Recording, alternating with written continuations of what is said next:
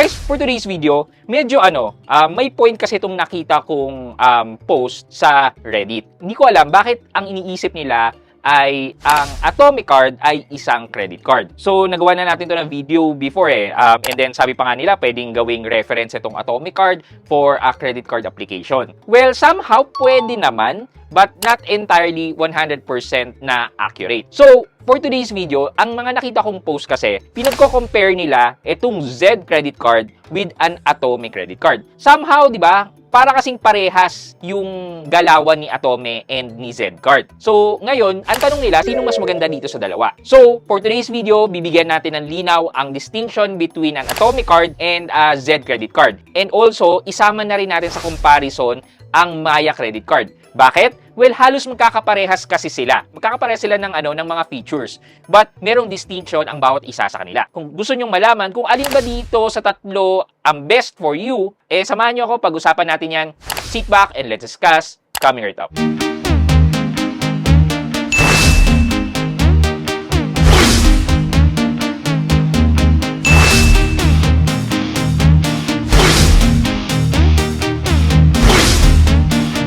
Hi guys, this is Pat and you're in Pat Quintos Review TV.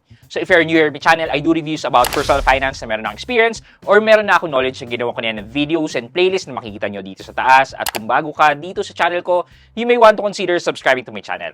In this video guys, 5 subject of each card ang pag-uusapan natin.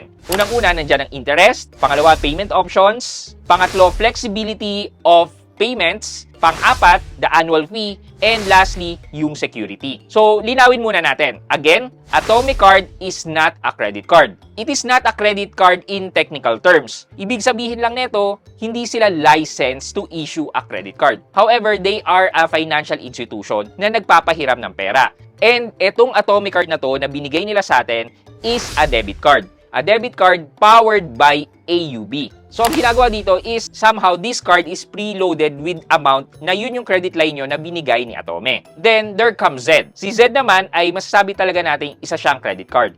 However, as a credit card, meron din kasing distinction yan between a full-fledged na credit card and a charge card. A charge card is a credit card wherein you use the credit line dun sa card na yan as a credit card and then pag dumating na ang bill mo is you need to pay in full din. So, how does that differ kay Atome in terms of purpose? Well, kung titingnan mo, wala naman talaga. More on technicality lang talaga bakit natin siya tinawag na credit card. Take for example na lang ito. Maribank, nagtatransact siya online. So, pwede natin siya sabihing online bank. But, Maribank is a rural bank. Hindi siya katulad ni Maya Bank, ni Tonic Bank, na digital bank, wherein nagtatransact sila online lang. So, can we say that Maribank is a digital bank? In purpose, somehow, we can. But dun sa technicality, sa tawag talaga, sa license, hindi natin sila masasabing digital bank. So, ganun din naman itong relationship ng Atome and the Z credit card. So, now na nalinaw na natin yan, let's go sa comparison natin.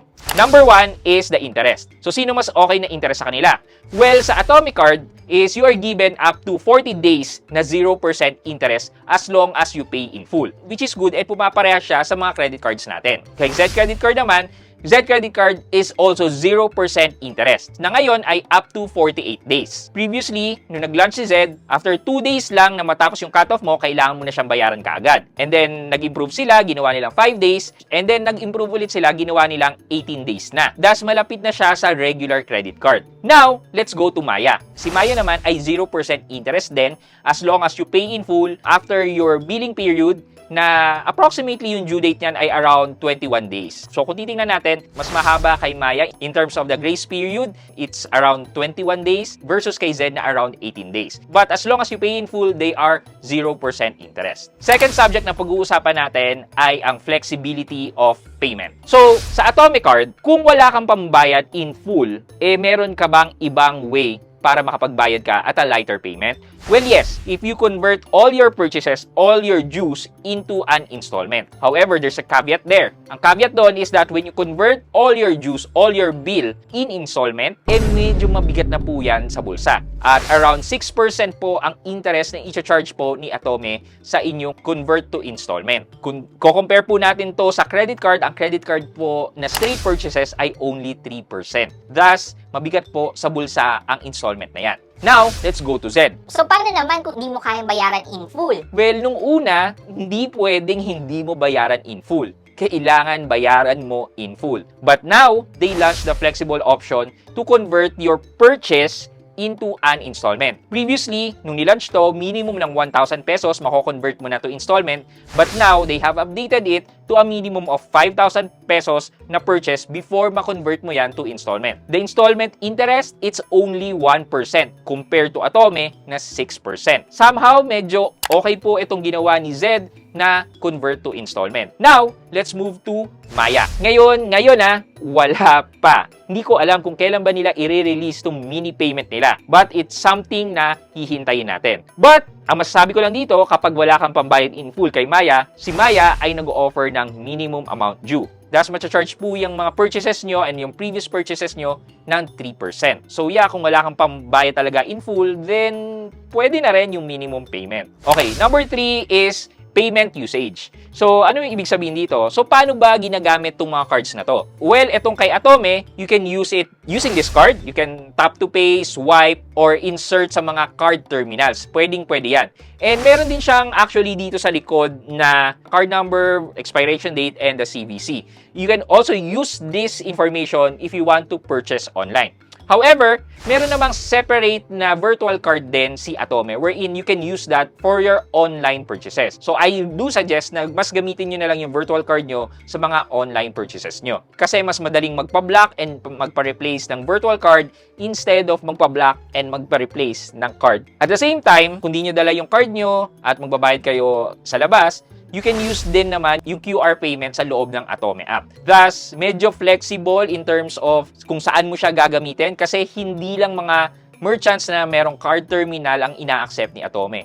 Pwedeng-pwede na rin as long as may QRPH na available yung mga merchant na pagbibilan nyo. Next is si Zcard. Si Zcard naman is, dahil credit card siya, purely by using this physical card and the virtual card or the burner card na available sa app for your online purchase. Wala po tayong QR dito. However, ang masasabi ko po na si Zed po ay available po siya sa Google Pay wherein you can use your Android phone to tap your phone dun sa mga card terminals. Medyo high-tech nga po siya and it's good na si Zed ay one of the pilot credit cards na naging available sa Google Pay nung nilaunch ito sa atin. And then lastly, si Maya credit card. So ito naman, since full-fledged credit card to, you can use the Maya credit card as a physical card and for your virtual purchases. And also, kasama din po si Maya nung unang nilaunch ang Google Pay. So, pwede nyo rin po i-link ang inyong Maya credit card sa inyong mga Google Wallet account. Thus, yung tap to pay feature mag-work sa mga merchants.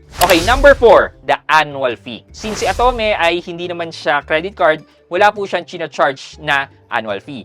So, masasabi po natin na si Atome ay no annual fee for life. Si Zed naman po ay same thing na no annual fee for life, so you don't have to worry about any membership na babayaran kay Atome. Kay Maya Credit Card naman po, depende kung ano yung card mo. Kung Maya Black, it appears na no annual fee for life, but make sure na meron kayong transaction every now and then kasi merong tinatawag na inactivity fee na i-charge sa inyong account if inactive yung credit card nyo sa loob ng 6 months. Mag-chargean po kayo ng 50 pesos per month of inactivity. Now, if you have a Landers credit card naman po, no annual fee for life siya, sure. However, you have to renew every year your Landers membership. That costs around 700 pesos. And lastly, security. Kay Atome po, I can say na you can lock your Atome card and you should lock it and unlock it only when needed. So somehow yun po yung security features na masasabi ko with Atome card. Let's move on kay Zed. Kay Zed ay unang-una, masasabi ko na yung burner card nila or yung pagka-create ng maraming virtual card is some sort of security rin,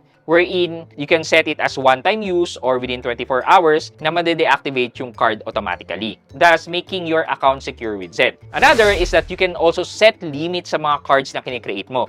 Like you can set 1,000 pesos lang dun sa isang credit card na ginawa mo, so on and so forth. Which I would say na napaka-flexible ni Zed credit card. And lastly, comes Maya. So si Maya naman, ang isa sa pinakagustong security feature dito is yung expiring CVC. Ano ibig sabihin nito? Well, dun sa Maya app, when you get the credit card information, let's say, magbibili kayo online. So, kukunin yung card and then the CVC, di ba? When you click to reveal the CVC, may i-reveal siya sa inyong CVC number. And then yun yung gagamitin nyo for that specific purchase. After that, mag-e-expire yung CVC na binigay niya sa inyo. Ibig sabihin lang nito, the next time you click again the CVC portion to reveal it, magbabago na naman yan. Thus, kung sino man nakaalam ng credit card information nyo with the first CVC, hindi na rin niya magagamit. Kasi may bago na pong CVC na na-generate yung card nyo. Thus, para siya nag-a-act as a burner card din. But here, yung CVC naman yung pinapalitan. Additionally, you can also freeze or unfreeze your credit card. And last na lang siguro na security feature dito ni Maya is that you can set the limits of your card for online transaction, for face-to-face transaction, for tap-to-pay, etc., etc. So, if you want to be secure na di naman hassle, you can set a lower limit like 1,000 pesos para in case na magkaroon na compromise sa account nyo, yung limit lang na 1,000 pesos yung whatever na madadali sa inyo, di ba? So, given this information, you can now determine kung anong best card option ang para sa inyo. Kung mag-aatome ba kayo na hindi siya credit card but acting like a credit card, kay Z-Card na charge card naman with lots of securities but medyo kinulang to be a full-fledged credit card dahil walang minimum amount due. And then, here comes Maya na full-fledged credit card but kinulang naman sa installment as of this time. So, for our question of the day, sa tingin nyo, alin sa tatlo ang pipiliin nyo and bakit yan ang pinili nyo? Let me know sa comment section sa baba for our weekly giveaway. Yun lamang po for today's video, but before we end this video, mag-shoutout po muna tayo at shoutout kay Jihani Tate at Jihani Tate 9337. Ang sabi po niya, pa-shoutout po from Mindanao. Heart. Kay Jihani Tate at Jihani Tate 9337, shoutout po sa inyo. Thank you so much po for watching and supporting my videos. Maraming salamat po. I hope you like this video, leave a thumbs up, and if not, wala na problema dyan, but continue to support me by subscribing to my channel by clicking the subscribe button and also the bell button sa subscribe para makareceive kayo ng latest notification sa lahat ng upload ko. Again guys, this is Pat Quinto and you're in Pat Quinto's Review TV. Bye-bye!